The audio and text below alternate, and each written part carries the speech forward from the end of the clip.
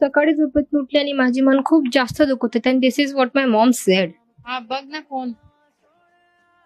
अरे यार मम्मी, मेरे मान दुखते हैं ना. मतलब दुनिया में कुछ भी हो जाए, गलती है तो सिर्फ और सिर्फ फोन की.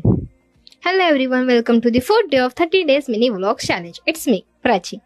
आज मी विसरलेली की माझा क्लास संध्याकाळी, मला वाटलं मी मिस केला आणि मी क्लासला जाणारच नव्हती.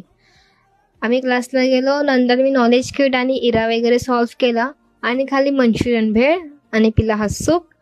नंतर निघाले मी घराकडे आणि वातावरण खूप मस्त झालेलं.